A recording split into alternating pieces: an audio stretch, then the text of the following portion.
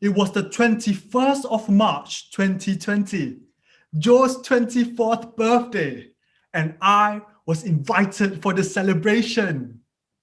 But that morning, I received news that he had jumped off the 10th floor of his apartment building. It was so unforeseen because Joe was a very jolly fellow who always had a smile in spite of having lost his job in the airlines because of the pandemic. It was later that I found out Joe was suffering from smiling depression, a type of mental health disorder. Ladies and gentlemen, allow me to point out the actual weight of mental health disorders and inspire you to make a difference.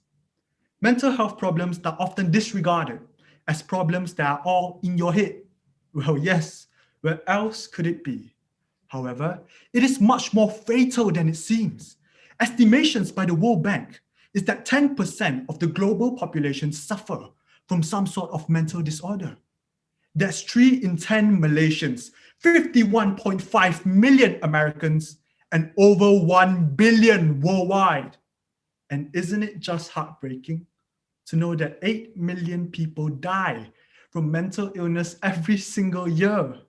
And what's equally sad is the stigmatization around this issue has caused the ones who are already suffering to hide behind a smile. William Shakespeare in the play Macbeth said, and I quote, "There is no art to find a mind's construction in the face," unquote.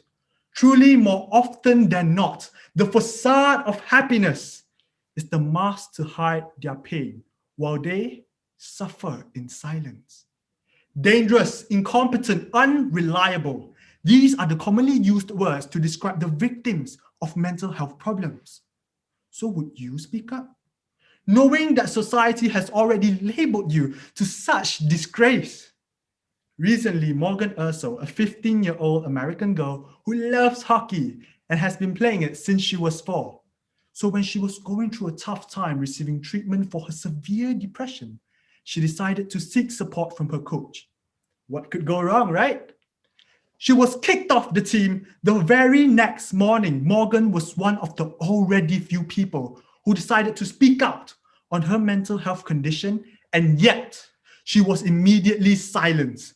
And this is the heartbreaking reality for the victims of mental health problems. But we have the power to rectify the situation, and that power is within our voices. We can start by forming small groups. For example, after Joe's death, his unemployed friends got together to discuss their own mental struggles and found ways to escape it. Eventually, many of them started small-scale businesses, selling traditional Malaysian street food. Engaging with one another has helped them recover and facilitate their own mental health recovery. Like what Morgan Harper Nicholas, an American Christian singer-songwriter, once said, "Tell the story of the mountains you've climbed. Your words could be a page in someone else's survival guide." Not only that, creating an environment where these vulnerable groups can engage honestly and comfortably is pivotal, as it empowers them to have more autonomy over their mental health condition.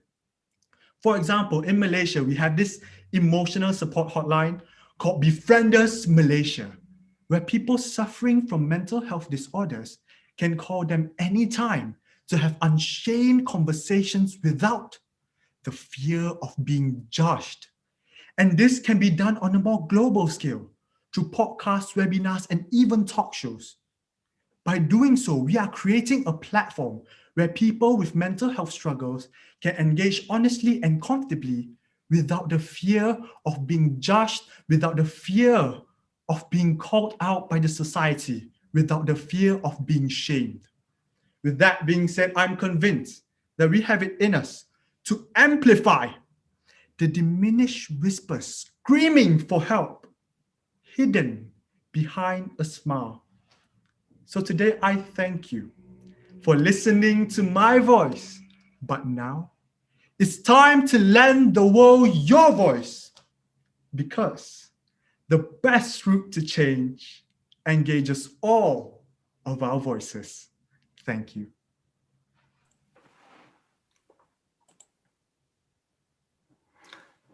Thank you, Pavit, very much indeed. So I'm going to ask you the first question. And I agree that we all need to speak out, and we all need to be supportive of people who have mental health problems. What do you think governments should do, or corporations should do, to make the fact that if you speak out, you are not punished by being sidelined, or, as you say, thrown off the team? All right. Thank you so much for the question. Firstly, let's talk about the government.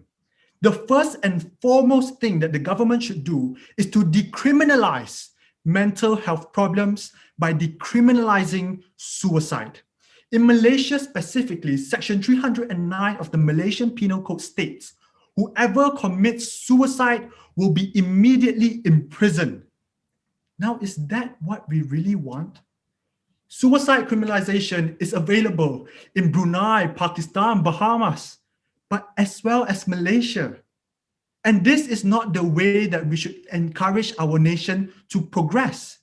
The United Nations has included the mental health plans in the Sustainable Development Goals. Now, how are we to achieve these goals if these people are imprisoned? For example, there are 264 million people suffering from depression currently. Now, just a mere 10% of them decided to commit suicide. And thank God they are stopped. But now they are being imprisoned. That is 26.4 million people not being able to be productive members of the society. So instead of imprisonment, I suggest rehabilitation. The government should incorporate and implement more rehabilitation programs and centers for people who are depressed or people suffering from mental health problems generally, so that they can recover in the nick of time. The very basis of mental health well-being, defined by the World Health Organization, is to able to be cope with the normal stresses of life and be productive members of the society.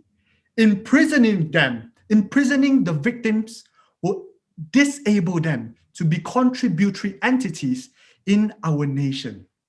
Hence, the first thing the government should do is to decriminalize suicide. Secondly, I believe what corporations should do is to provide funding for these rehabilitation centers. We cannot keep expecting the government to provide funding because the government has to get the money from somewhere, right? And if they keep borrowing from international banks, it will take a toll on the country in the long run as the interest rate is high.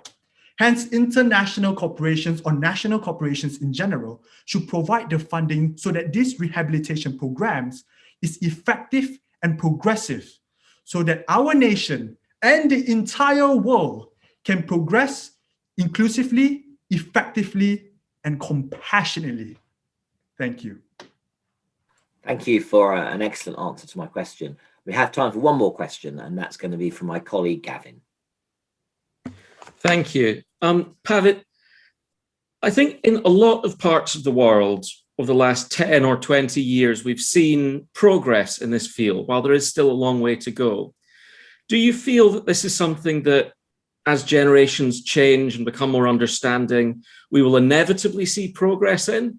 Or are there barriers and concerns that might hold us back anyway? Right. Thank you so much for the question. It's a really good question.